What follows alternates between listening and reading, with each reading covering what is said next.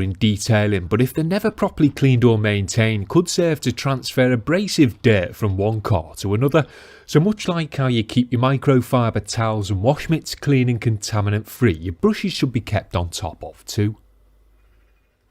That being said, the answer of whether I clean my detailing brushes after use or not isn't as clear cut as you might think. So if brand new or recently deep cleaned brushes have only been used to gently maintain pre-cleaned surfaces that weren't very dirty to begin with, such as those on my own car, often a quick bucket swish or rinse off directly after use will suffice. However, if my brushes have been used for anything more than light routine maintenance cleaning, then yes, I'll generally treat them to a deeper clean to prevent unnecessary damage being done and help prolong the life of their bristles and fibres.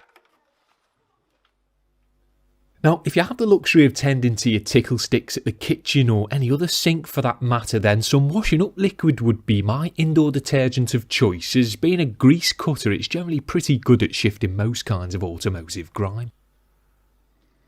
I'll generally start with the smaller, more traditional type detailing brushes when working at the kitchen sink, using my hands to first create a bit of a lather, then making use of either the plug hole if it's clean or a loose grit guard if I'm feeling fancy to loosen up the bristles and remove any trapped air particles. These kinds of brushes shouldn't take particularly long to see to, but you still want to ensure they're given a good clean, as they are designed to dislodge trapped dirt from the various cracks and crevices of a car, so could well be harbouring unseen abrasive nasties.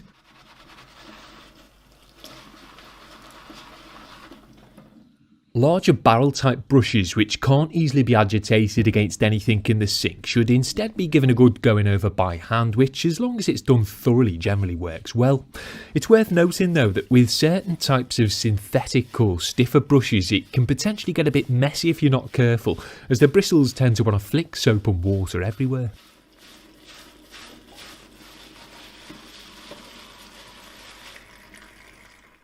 Some snazzy items like this Incredibrush from Microfiber Madness have detachable sleeves, and while they can still be washed by hand, are best suited to being bunged in the machine along with a load of general purpose microfiber towels to provide the deepest clean possible.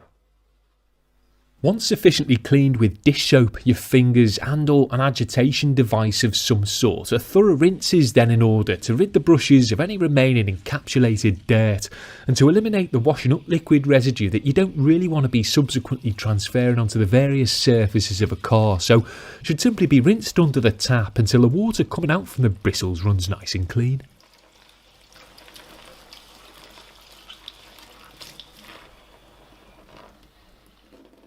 After your brushes have been cleaned, rinsed and wrung out, you can then either set them aside to dry off naturally or work them over with a general purpose towel to soak up any remaining rinse water and refresh their bristles a bit.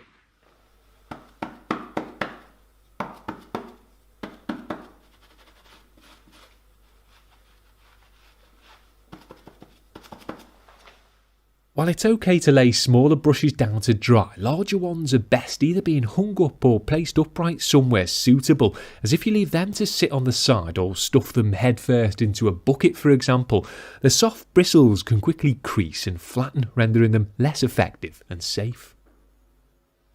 Now, before calling it a day at the sink, you're probably going to have to do a bit of mopping up to remove the surrounding splatter, and while an absorbent microfiber will be the obvious tool of choice for this, if you have any novelty tea towels lying around, which I just so happen to here,